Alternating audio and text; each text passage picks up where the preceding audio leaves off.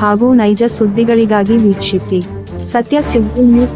ದೆಹಲಿ ಮುಖ್ಯಮಂತ್ರಿ ಅರವಿಂದ್ ಕೇಜ್ರಿವಾಲ್ ಅವರು ಕೊಟ್ಟಂತಹ ಗ್ಯಾರಂಟಿ ಇಡೀ ದೇಶದಲ್ಲಿ ಈ ಎಲ್ಲಾ ಪಕ್ಷದವರು ಹಿಂದೆ ದೇಶ ದಿವಾಳಿ ಆಗುತ್ತೆ, ಈ ಶ್ರೀಲಂಕಾ ಆಗುತ್ತೆ ಅಂತೇಳಿ ಬೊಬ್ಬೆ ಹೊಡೆತಿದ್ದಂತ ಬಿಜೆಪಿ ಇವತ್ತು ಈ ಬಿಜೆಪಿ ಆಡಳಿತ ಸರ್ಕಾರದಲ್ಲಿ ಎಲ್ಲಾ ಗ್ಯಾರಂಟಿಗಳನ್ನು ಘೋಷಣೆ ಮಾಡಿದೆ.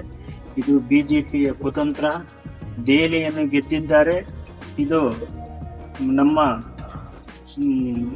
ಮುಂದಿನ ಜಯ ಅಂತೇಳಿ ನಾವು ತಿಳ್ಕೊಂಡು ಇವತ್ತು ದೆಹಲಿ ಹೈಕೋರ್ಟ್ ಈ ಅರವಿಂದ್ ಕೇಜ್ರಿವಾಲ್ ಹಾಗೂ 7 ಜನ ಹಾಗೂ 23 ಗ್ರೂಪ್ ನಲ್ಲಿ ಇರ್ತಕ್ಕಂಥ ಎಲ್ಲಾ ಗೌರವಾನ್ವಿತರನ್ನು ಈ ಲಿಕ್ಕರ್ ಸ್ಕ್ಯಾಮ್ ನಿಂದ ಮುಕ್ತಗೊಳಿಸಿದೆ ಅಂತೇಳಿ ನನಗೆ ಇವತ್ತು ಹೆಮ್ಮೆ ಆಗ್ತಾ ಇದೆ.